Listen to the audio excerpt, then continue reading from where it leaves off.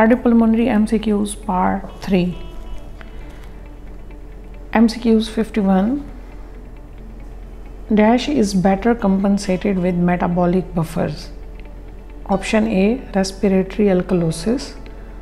Option B, respiratory acidosis. Option C, both respiratory acidosis and alkalosis. And option D, none of above. And the correct answer is option C, both respiratory acidosis and alkalosis is better compensated with metabolic buffers. अल्कोलोसिस जो है वो condition है जिसमें bicarbonate level कम हो जाता है, जबकि respiratory acidosis में बाइकार्बोनेट लेवल जो है वो ज़्यादा हो जाता है, लेकिन बफर्स जो हैं वो दोनों को कंपनसेट कर सकते हैं. 52 is when there is a significant base deficit, the appropriate terminology is option A, acidosis, option B, acidemia, option C, alkalemia, and option D, alkalosis. And the correct answer is option A, acidosis. Base deficit basically वो condition है जो कि indicate करती है that there is imbalance toward acidic condition. तो जब भी base deficit होगा तो एसिडिक कंडीशन होगी, और ये टर्मिनोलॉजी जो है वो क्लियरली इंडिकेट करेगी एसिडोसिस को. MCQ 53. If partial pressure of carbon dioxide is greater than 50 mmHg and pH is 7.3 to 7.4, then patient is suffering from which of the following condition? Option A, acute ventilatory failure. Option B, chronic ventilatory failure. Option C, partially compensated metabolic alkalosis. And option D, compensated metabolic alkalosis. And the correct answer is option A, acute ventilatory failure. अब क्या होगा कि जब acute ventilatory failure होगा तो उससे क्या होगा, कार्बन डाइऑक्साइड की कंसंट्रेशन बॉडी में ज़्यादा हो जाएगी, जो कि ये इंडिकेट कर रही होगी कि बॉडी की जो वेंटिलेशन है वो प्रॉपर नहीं है और एसिडोसिस डेवलप हो रहा है. जब क्रॉनिक वेंटिलेटरी फेलियर अगर इसमें हम देखें तो उसमें पीएच जो है वो हमारे पास 7.3 से कम होगी, और जब ऑप्शन सी को देखें तो इसमें हाई पीएच को इंडिकेट करता है, और compensated metabolic alkalosis normal range of pH mean 7.3 to 7.4 को इंडिकेट करता है. लेकिन इस कंडीशन में जब पीएच जो है वो हमारे पास 7.3 टू 7.4 है और कार्बन डाइऑक्साइड जो है वो इंक्रीज हो रही है, तो that mean that is showing acute ventilatory failure. MCQ 54. Which is better predictor of oxygen saturation? Option A, pulse oximeter. Option B, CO oximeter. Option C, both A and B. And option D, none of above. And the correct answer is option A. Pulse oximeter हमारे पास वो device है जो कि oxygen की amount blood में major करता है, और पल्स ऑक्सीमीटर जो है वो अवेलेबल भी है और कॉमनली यूज़ किया जाता है इन मेडिकल प्रैक्टिस. जो हमारे पास CO ऑक्सीमीटर है ये भी एक डिवाइस है जो कि oxygen carrying state of haemoglobin के हीमोग्लोबिन जो है ब्लड में वो कितना ऑक्सीजन कैरी कर रही है उसको फाइंड आउट करने में हेल्प आउट करता है. बट यहाँ पे जो बेटर प्रेडिक्टर है that is the pulse oximeter due to it's availability and common use जो कि मेडिकल कंडीशन में हो रहा है. 55 is if patient minute volume is half of the normal value, approximate partial pressure of carbon dioxide is option A 40 mmHg, option B 50, option C 60, and option D 70 mmHg. And the correct answer is option D 70 mmHg. के minute volume जैसे जैसे कम होता जाएगा, जैसे कि इस scenario में half है, तो वो इनएडिक्वेट वेंटिलेशन को रिप्रेजेंट करेगा और retention of carbon dioxide in human blood, जिससे partial pressure of carbon dioxide ज़्यादा हो जाएगा. 56 is which of the following will not shift the oxyhemoglobin dissociation curve to right? Option A, acute acidosis.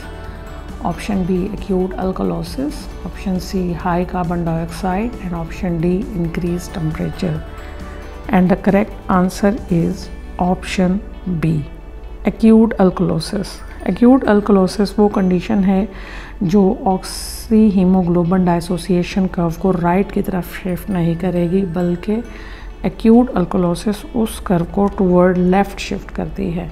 बाकी जो तीन हमारे पास एक्यूट एसिडोसिस हो गया, हाई कार्बन डाइऑक्साइड हो गया या इंक्रीज टेम्परेचर है, ये तीनों चीज़ें डाइसोसिएशन कर्व को टूवर्ड राइट शिफ्ट करती हैं।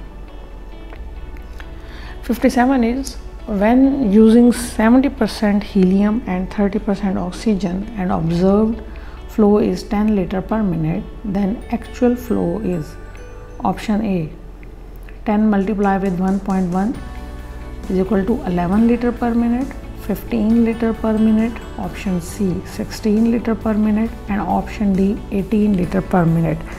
And the correct answer is option C, 10 multiplied with 1.6 is equal to 16 liter per minute. 58 is while using Venture mask, the total flow through the mask should be 2 to 3 times, option B 3 to 4 times, option C 4 to 6 times, and option D 8 to 10 times. And the correct answer is option C, 4 to 6 time minute volume पर होना चाहिए जब mask से patient को oxygen flow दिया जा रहा है। 2 to 6 टाइम जो है वो हमारे पास एक प्रिसाइज और एक्चुअल अमाउंट है, जिसमें एक required amount of oxygen supply की जाती है under precise and control condition, और that option C 4 to 6 time जो है that is correct option.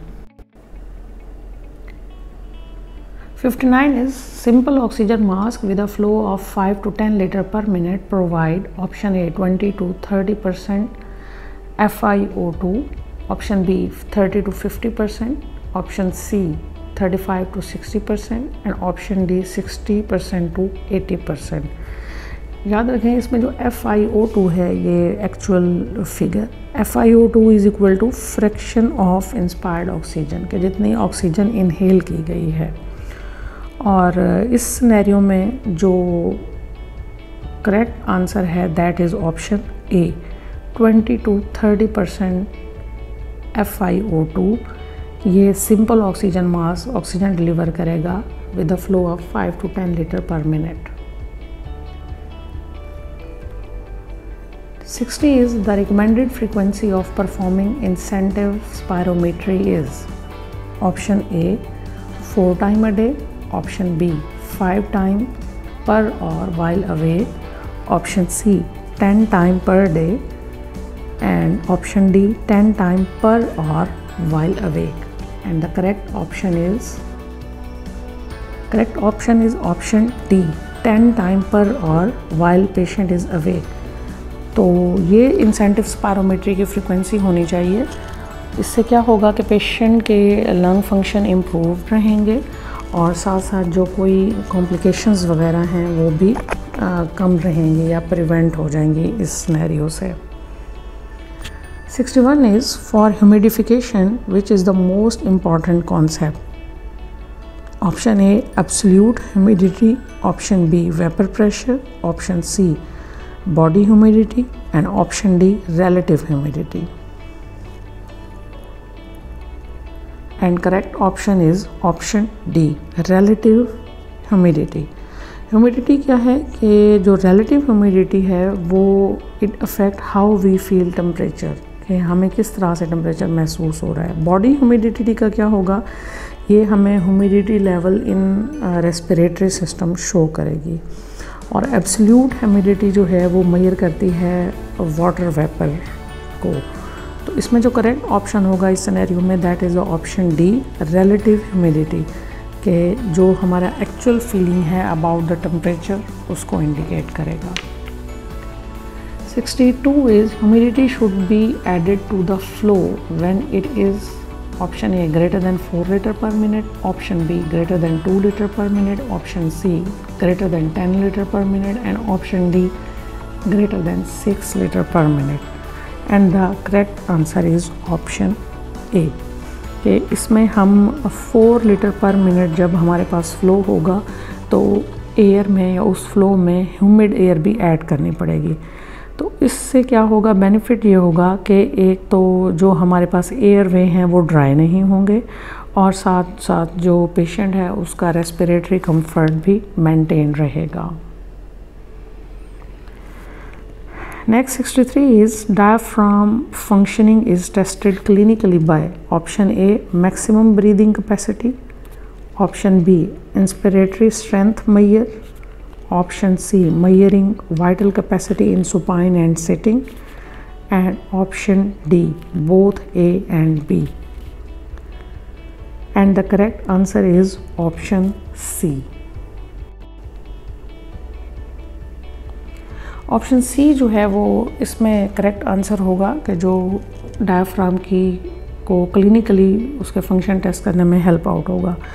Measuring vital capacity और ये पोजीशन क्यों कि इससे ये होगा कि हमें डायफ्राम की स्ट्रेंथ और एफिशिएंसी एक तो पता चलेगी, और दूसरा जब पोजीशन चेंज होगी सुपाइन पोजीशन में भी और सिटिंग पोजीशन में भी, तो उससे क्या होगा कि डायफ्राम की जो एबिलिटी है फोर्स जनरेशन की और वो इनहेल और एक्सहेल कितने कर रहा है एयर को, वो सब चीज़ें इसमें क्लिनिकली मेजर हो जाएंगी। सो option C will be the correct answer.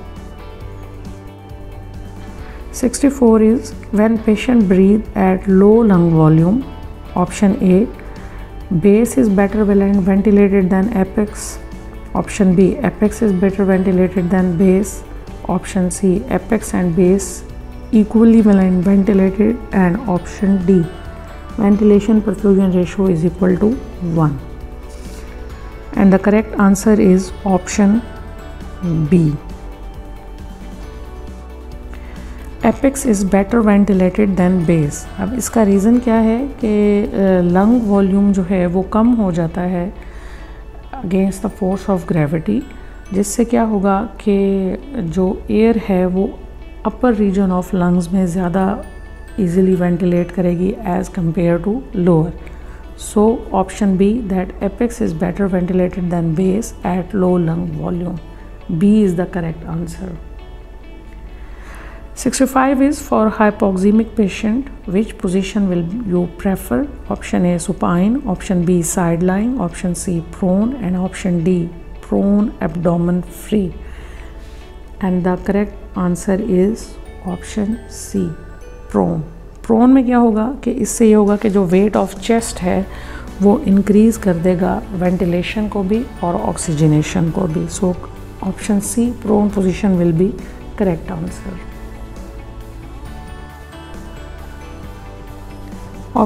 MCQ 66 is forced expiratory technique is option A mid lung volume huff, that is the first phase, second is diaphragmatic breathing and then cough, option B high lung volume huff, diaphragmatic breathing and cough, option C low then mid lung volume huff, diaphragmatic breathing and cough, and option D none of above. And the correct answer is option A mid lung volume huff, diaphragmatic breathing and then cough will be the right answer.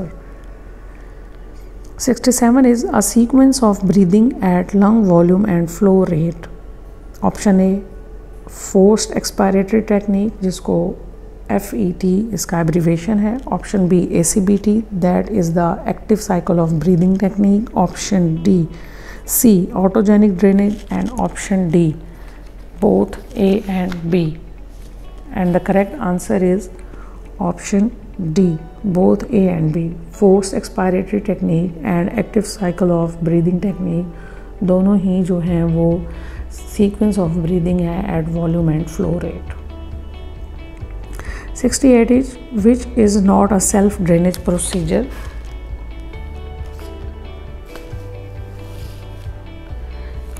Option A is FET, option B ACBT, option C autogenic drainage, and option D prone on elbow. And the correct answer is option A FET force expiratory technique, जबकि option B C and D तीनों ही जो हैं वो self drainage techniques हैं। जैसा कि ये prone and elbow ये भी फैसिलिटेट करेगा ब्रीदिंग को और लंग एक्सपेंशन को, तो उससे ड्रेनेज का प्रोसीजर फैसिलिटेट हो जाएगा। So option A is not a self drainage procedure. 69 is flutter is a option A high frequency PEP device, option B chest compressor, option C vibrator, option D none of above. तो इसमें सबसे पहले Flutter देख लेते हैं। Flutter एक device है जो कि क्रिएट करता है वाइब्रेशंस को, और जिससे जो म्यूकस वगैरह है वो क्लियर हो जाती है ड्यूरिंग एक्सहेलेशन प्रोसेस। और PEP अगर मैं बता दूं तो ये PEP stand for positive expiratory pressure. So option A is the correct answer, that Flutter is a high frequency PEP device. 70 is pressure at umbilicus by heel of the palm is option A costophrenic assist, option B Helmich type assist, option C anterior chest compression assist, and option D none of above. And the correct answer is option B. B is the correct answer, जिसमें हम pressure जो है वो apply करते हैं umbilicus पे by the heel of the palm.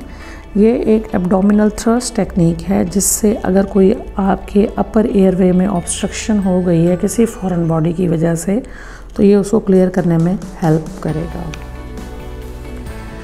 71 is which all are the movement strategy associated with inspiration. Option A shoulder flexion, abduction, external rotation, option B shoulder flexion, trunk extension up to eye gaze, option C shoulder flexion, abduction, external rotation, trunk extension and then eye gaze, and option D trunk extension, shoulder flexion, abduction and external rotation. And the correct answer is option D, that trunk extension, shoulder flexion, abduction and external rotation ये सारी वो movement strategies हैं जो कि inspiration के साथ associate करती हैं। इन सब उससे क्या होगा कि चेस्ट कैविटी एक्सपैंड होगी, उससे लंग कैपेसिटी और जो एयर इनटेक है टूवर्ड लंग वो इंक्रीज़ हो जाएगा ड्यूरिंग द फिनोमिना और phase of inspiration.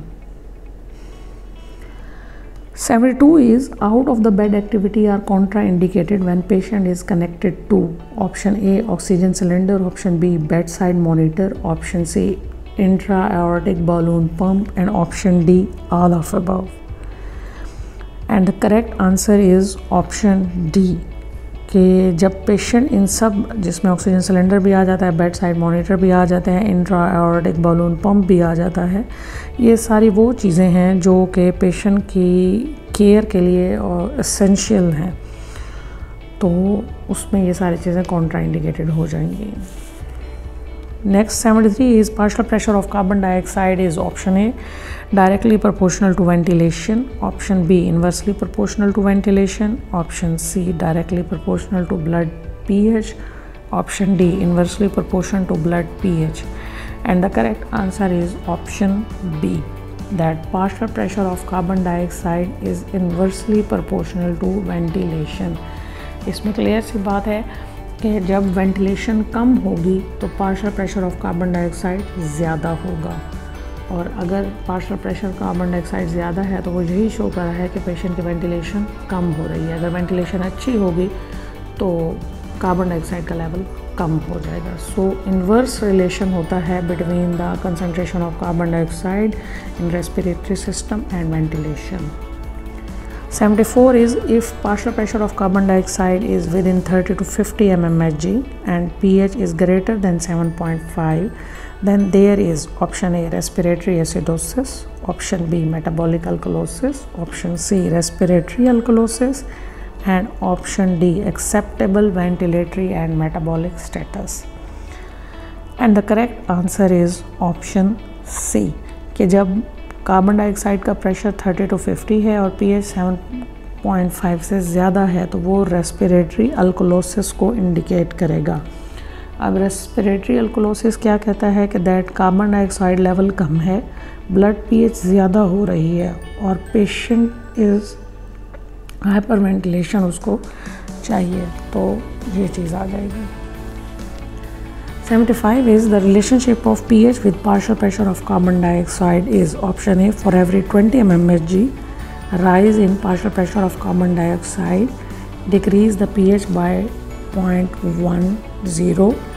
Option B, for every 20 mmHg rise in partial pressure of carbon dioxide increase the pH by 0.10.